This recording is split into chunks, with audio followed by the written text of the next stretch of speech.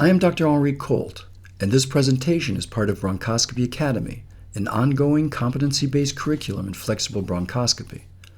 The goal of this work is to improve procedural understanding, anatomical recognition, and clinical judgment while helping reduce patient suffering associated with unequal expertise and inconsistent training.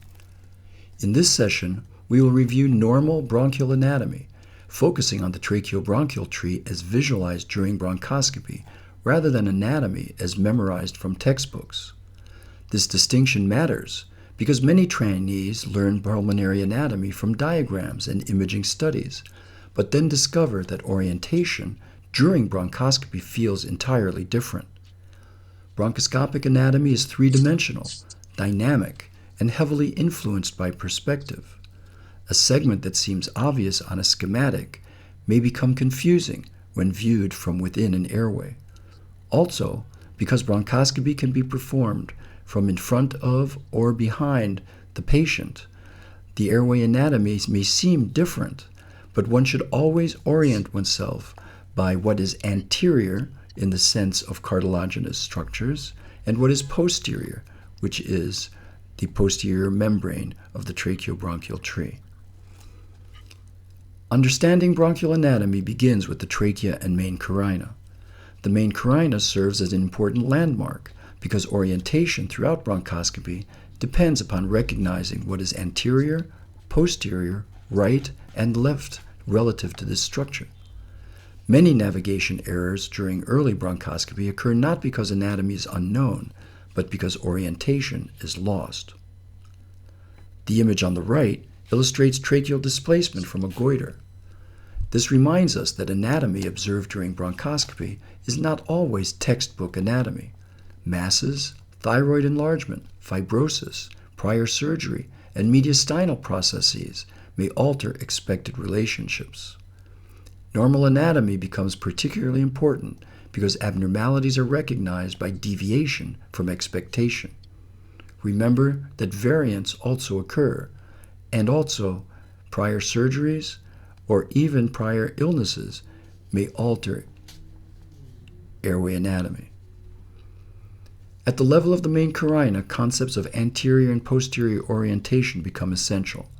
Bronchoscopy requires constant spatial awareness. When operators become disoriented, navigation through segmental anatomy becomes much more difficult. Experienced bronchoscopists often maintain orientation almost unconsciously by continuously referencing carinas and airway branching patterns, and always being able to distinguish what is anterior from what is posterior. Let's examine the lobar and segmental anatomy of the right lung. The right lung contains 3 lobes, while the left contains 2.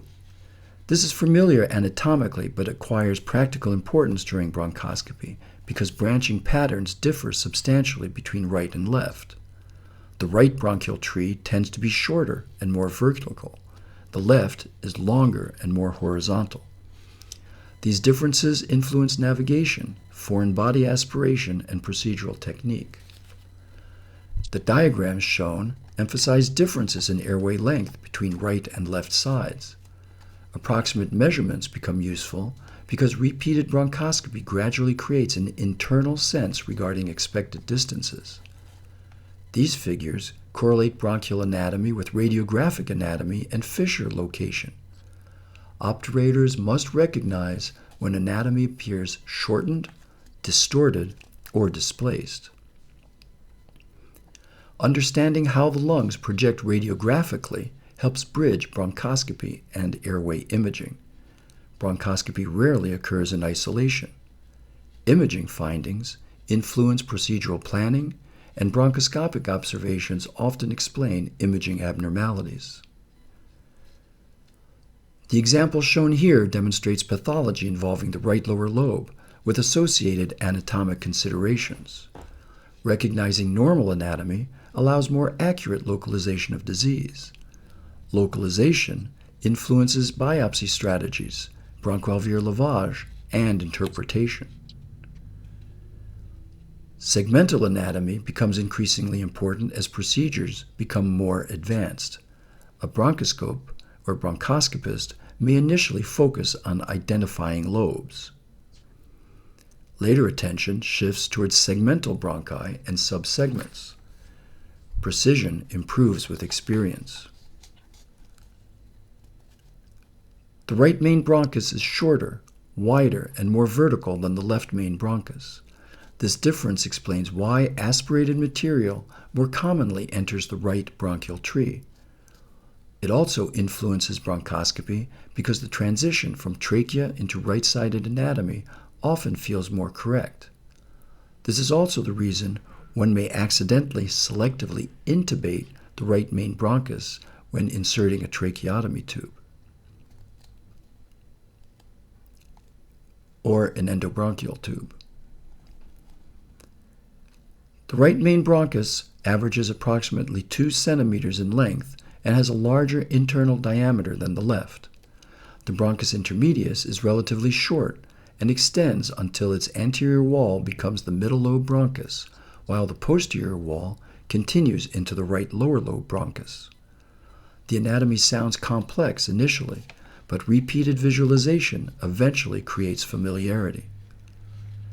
Several nomenclature systems exist, including the Jackson-Huber, Boyden surgical anatomy, and Japanese bronchoscopy nomenclature.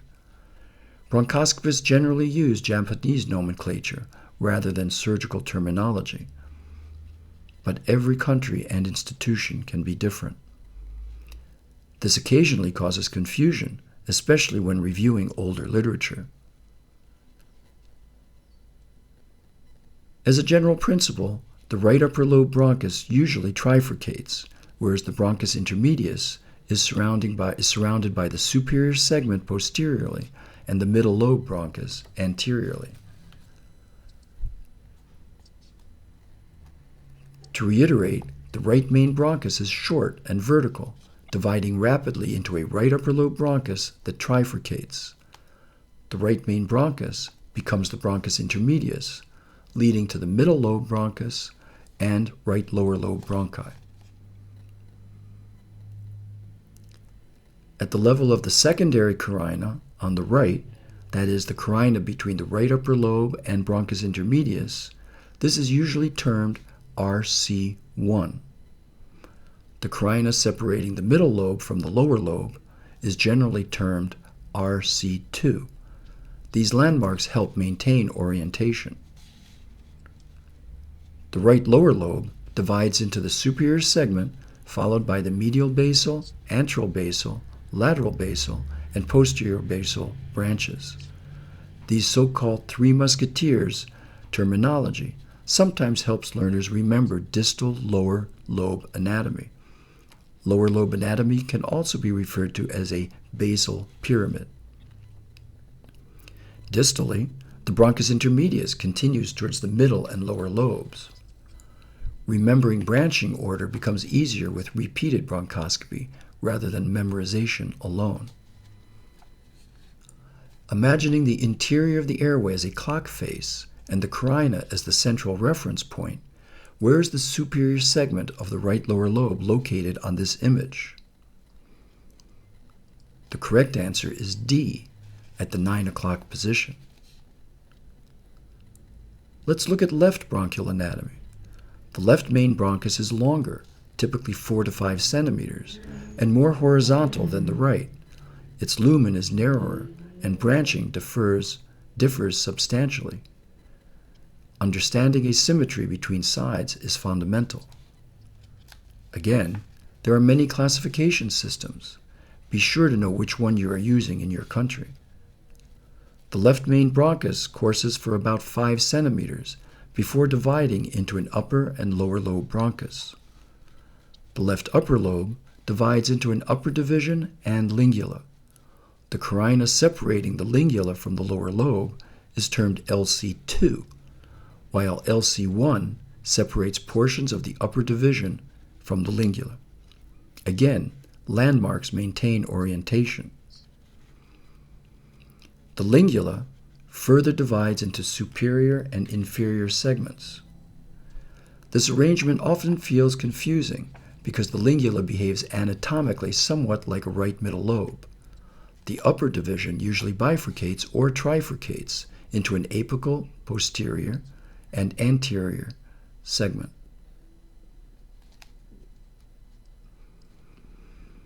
The left lower lobe bronchus is longer than the right lower lobe bronchus, and distances between segmental branches differ. The medial basal bronchus may be absent on the left. Variation is common enough that anatomy should be recognized rather than assumed. Most common, however, again, are a superior segment and a somewhat trifurcating basal pyramid, consisting of an anterobasal, lateral basal, and posteral basal segment. So let's review some of the particularities of left-sided anatomy. The carina separating the lingula from the lower lobe is termed LC2, while LC1 separates portions of the upper division and lingula. Again, landmarks maintain orientation. And at the level of the main carina, the left main bronchus is more horizontal than the right. These images are shown as if bronchoscopy were performed from behind the patient on the image on the left. Notice how the posterior membrane is at the bottom of the screen. Whereas on the right-sided image, the main carina is seen as if bronchoscopy were performed from in front of the patient, so everything is inversed. The posterior membrane is now at the top of the image. But inside the patient's body, the airways are always the same in regards to orientation. Anterior structures are anterior, posterior structures are posterior. You should be able to recognize the anatomy and therefore be able to perform bronchoscopy from any position with equal comfort. This final question reviews approximate airway dimensions and highlights an incorrect statement regarding right main bronchus length. Remember how exact measurements may be less important than developing a general sense of expected anatomy. Measurements are most important, however, when abnormalities are present, and one must communicate those abnormalities with colleagues, the patient, or for future reports.